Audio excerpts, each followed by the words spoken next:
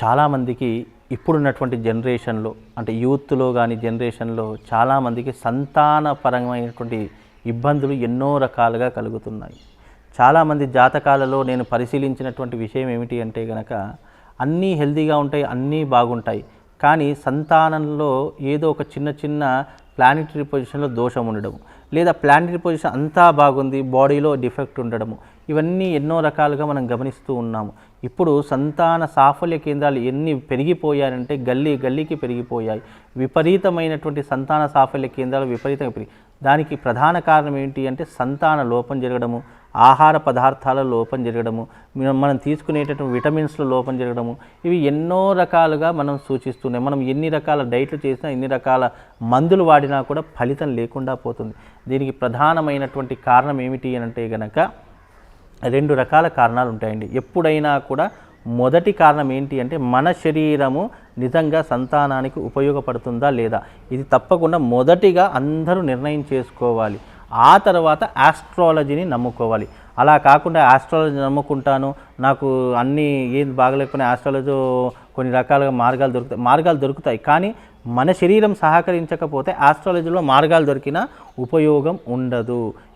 కాబట్టి సంతానంలో లోపములు కలగడం వల్ల రెండు రకాలైన ఇబ్బందులు ఉంటాయి. సరైనటువంటి సంతానం కలగకపోయినా, సరైనటువంటి పీరియడ్లో సంతానం కలగకపోయినా మన జీవితం ఎన్నో రకాలుగా వెనకబడిపోతుంది. కనుక సంతానంలో మీకు ఏదైనా ఇబ్బందులు ఉన్నాయి, లేదా నాకు డాక్టర్ దగ్గరికి వెళ్తే బాగుంది అని అన్నారు, అలాగే నేను జ్యోతిష్కుడి దగ్గరికి వెళ్తే బాగుంది అన్నారు, అయినా నాకు సంతానం కలగలేదు. కాబట్టి ఎంచుకునే డాక్టర్ సరైనటువంటి వాడు ఉండాలి, ఎంచుకున్న జ్యోతిష్యుడు సరైనటువంటి వాడు ఉండాలి. అలా ఉంటే మనకు ప్రాబ్లం అనేటటువంటి వెంటనే తెలిసిపోతుంది. సంతానం కలగకపోవడానికి ప్రధానంగా రెండు కారణాలు ఉంటాయి జాతకంలో చూసుకుంటే. ఒకటి కాలసర్పదోష ప్రభావం వల్ల కలగదు, అలాగే పంచమ భావాధిపతి అంటే లగ్నం నుండి పంచమ భావాధిపతి సంతానాన్ని సూచిస్తూ ఉంటాడు. కనుక సంతానకారకుడైనటువంటి రవి మనకు శత్రుస్థానంలో ఉన్నాడా, మిత్రస్థానంలో ఉన్నాడా, లేదా నీచ స్థానంలో ఉన్నాడా అనేటటువంటిది చూసుకోవాలి. రవి గనక జాతకంలో రాహుతో కలిసినా కేతువుతో కలిసినా మనకు అసలు సంతానమే కలగదు. ఒకవేళ సంతానం కలిగినా పుట్టి మరణిస్తూ ఉంటారు. అలాగే మన సంతానకారకుడైనటువంటి రవి నీచ స్థానంలో ఉన్న సంతానం ఆలస్యం అయ్యేటటువంటి అవకాశం ఉంది. పెళ్ళైనాక ఒక 4-5 ఏళ్ళకో 5-6 ఏళ్ళకో కొంతమందికి 10 ఏళ్ళకో 15 ఏళ్ళకో అవుతూ ఉంటారు. అంటే సంతానాన్ని ప్రసాదించేటటువంటి రవి మన జాతక స్థానంలో ప్లానెటరీ పొజిషన్లో ఏ స్థానంలో ఉన్నాడో మనం కరెక్ట్గా సూచించగలిగి దాని యొక్క ప్రభావాన్ని కనుక మనం చెప్పినట్టయితే అప్పుడు మనకు సంతానం కలుగుతుందా లేదా అనేటువంటి తెలుస్తుంది. అలాగే సంతానం ఒకవేళ మనకు రవి బాగా ఉన్నాడు, డాక్టర్ దగ్గరికి వెళ్తే అన్నీ బాగున్నాయి అని అంటే గనక మీకు ఒక మంచి రెమెడీ చెప్తాను.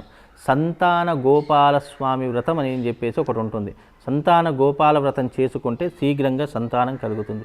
లేదా సంతానానికి సంబంధించినటువంటి కొన్ని రకాల ప్రయోగాలు ఉంటాయి. సంతాన గోపాల వ్రతం అని చెప్పేసి, అలాగే సంతాన పాశుపతం అని చెప్పేసి, సంతానానికి సంబంధించినటువంటి అభిషేకాదులు, ఇలా కొన్ని రకాలైన రెమెడీస్ ఉంటాయి. అది మీ జాతక పరంగాను లేదా మీరు తీసుకునే నిర్ణయ ప్రకారంగాను ఇవి రెండింటినీ కూడా సూచించడం అంటే మీకు చెప్పడం జరుగుతుంది.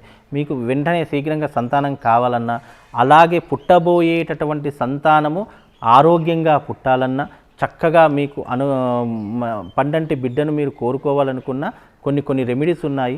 అవి నేను మీకు పర్సనల్గా ఇలా సభాముఖంగా చెప్పలేను కాబట్టి మీరు పర్సనల్గా నన్ను సంప్రదిస్తే కనుక మీకు పర్సనల్గా దాని యొక్క రెమెడీస్ అనేటటువంటి మీకు చెప్తూ ఉంటాను. కనుక సంతానం గురించి ఎవరు ఇబ్బంది పడాల్సిన అవసరం లేదు. బాడీలో ఏదైనా డిఫెక్ట్ ఉంటే ఇబ్బంది పడాలి, కానీ ఏమీ డిఫెక్ట్ లేదు అని అంటే కనుక ప్లానెటరీ పొజిషన్ చేంజ్ చేసైనా కానీ మన సంతానాన్ని కలిగించేటటువంటి మార్గాలు సనాతన ధర్మం మనకి ఇప్పుడు అందించినటువంటిది కాదు, తరతరాల నుంచి అందిస్తున్నటువంటి గొప్పనైనటువంటి ఔషధ తత్వాలు ఉన్నాయి.